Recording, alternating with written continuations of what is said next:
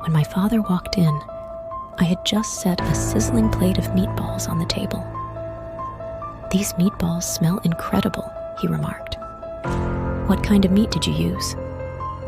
I gave him a funny, ambiguous smile and softly responded, "Beef."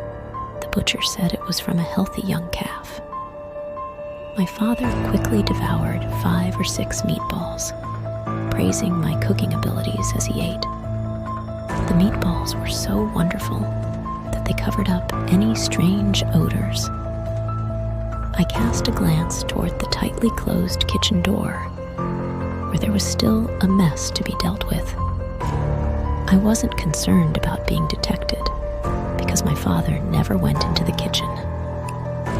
I went to the kitchen to scrub the floor after hearing my father snore. I prefer to bring home live, jumping ingredients and slaughter them myself to prepare the most delectable meatballs.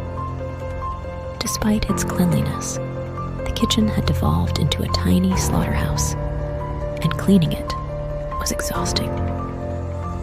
I grumbled as I put the remaining meatballs into the garbage. Today, I made braised beef knee bones, and my father devoured every last morsel, leaving nothing behind. As he ate, he inquired about my younger brother's summer camp. I looked at my father's round belly and said, "Soon." We hadn't seen my younger brother in almost a month, and my father must be missing him. While my father was outside, he met the neighbor's child and the child's mother, who informed him that summer camp had concluded 3 days ago. My father's face transformed from astonishment to concern, and he swiftly inquired as to why my younger brother hadn't returned. I couldn't help but have a terrified, helpless look in my eyes. But deep down, I was irritated. I despised my younger brother. If I had the option, he would never return. My father and I went to the police station and reported my younger brother missing. The authorities apprehended the summer camp manager, a lady dressed in an oversized Coco Chanel-inspired costume.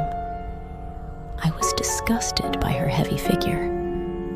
How could someone let themselves go looking like an old sow? When I saw her, I immediately thought of sizzling pork belly. My younger brother had left the summer camp the next day, according to this lady, and his father had picked him up.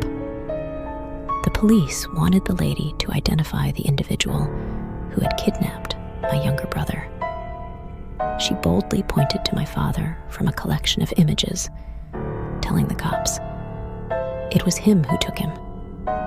My father was taken away by the police to assist in the investigation. I hid in the living room corner, tears flowing down my cheeks, appearing frail and defenseless. My father was yelling at the cops, accusing them of wasting their time. "Tracy, don't be afraid. I'll be back soon."